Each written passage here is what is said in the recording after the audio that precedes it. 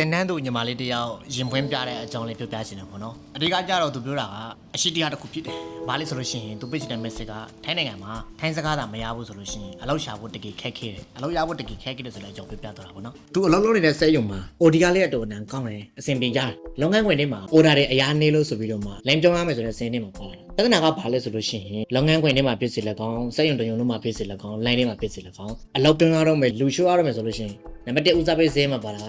ထိုင်စကားမတက်တဲ့သူအလုံးတက်တက်လဲမရှိတဲ့သူတက်ကြီးတဲ့သူဒီလိုတွေပဲရှစ်တန်းကပါလာဗောနော်ဆိုတော့ तू က line ပြောင်းရမယ်စင်းတွေမှာပါသွားရ line ပြောင်းသွားတယ် line ပြောင်းသွားတဲ့အခါဟိုဘက်ရောက်တဲ့အခါကျတော့ကွာထိုင်စကားမတက်ဘူးထိုင်စကားမတက်တော့ကိုအလုံးထင်းမှာကြာတော့အနည်းတလုံးလေးနဲ့လည်းအဆင်ပြေနေတာပဲကိုကောင်းစောနဲ့ဆိုလို့ရှိရင်ဘာပြောဟိုကခောက်ချက်နေနေနော်ဆိုတော့ဘက်ရောက်တဲ့အခါကျတော့အဲ့ဒီခောက်ချက်နေတာလည်းမရှိအောင်ဒဇင်းလေနော်ဒဇင်းပြောတဲ့အခါကျတော့သူစကားလည်းကိုနားမလဲဘူးကိုလုံးပြောလေသူနားမလဲဘူးအလောက်ကလည်းတခြား line ဆိုတော့အလောက်တစ်ဖြစ်သွားတယ်လူလေးတစ်အလောက်တစ်ခက်တာကအချင်းချင်းတင်ငင်ချင်းတွေမြန်မာချင်းဆိုလို့ရှိရင်တီးတဲ့မလားလူတစ်ဝင်လာပြီဆိုလို့ရှိရင်တိတ်ပြီးတော့ကိုရင်တက်တာမရှိဘူးဆိုတော့သူအခက်တွေ့ပြီပေါ့အခက်တွေ့တဲ့ခါကျတော့အလောက်ကလောင်းရင်းနဲ့မပြောတော့ဘူးပြီးလို့ရှိရင်အဆူငေါက်တွေခံရတယ်ဒီနေ့ဆက်ဆင်းစရာကြီးဖြစ်လာတယ်ကြုံမှုကြမှာပါအဲ့ဒါကလည်းတစ်စင်းနောက်ဆုံးအလောက်ထုတ်ခံလဲရတယ်အလောက်ထုတ်ခံလဲရတဲ့ခါကျဘာဖြစ်လို့ဆိုလို့ရှိရင်ထိုင်းနိုင်ငံမှာဆွေမျိုးသားချင်းတွေရှိရဆိုပေမဲ့လို့အင်တီမှာကိုကအလုံးမရှိဘဲနဲ့တလားလဲမအောင်နလားလဲမအောင်သုံးလားလဲမအောင်ခိုကဲပြီးတော့မှသူတို့ကိုအာကိုပြီးစားနေရမယ်ဆိုတဲ့အဖြစ်ပြကမလွယ်ဘူးလေနော်ရရှိမှမဖြစ်နိုင်ဘူးခက်ခဲတယ်ပေါ့နော်နောက်ထပ်အလုပ်အတရားကိုစောင့်မြန်တော့လဲကိုကထိုင်းစကားမတက်တဲ့ခါကျတော့အလုပ်တွေရွေးနေရတယ်ထိုင်းစကားမတက်ဘဲနဲ့လုပ်လို့ရတဲ့အလုပ်လေးဖြစ်ဖို့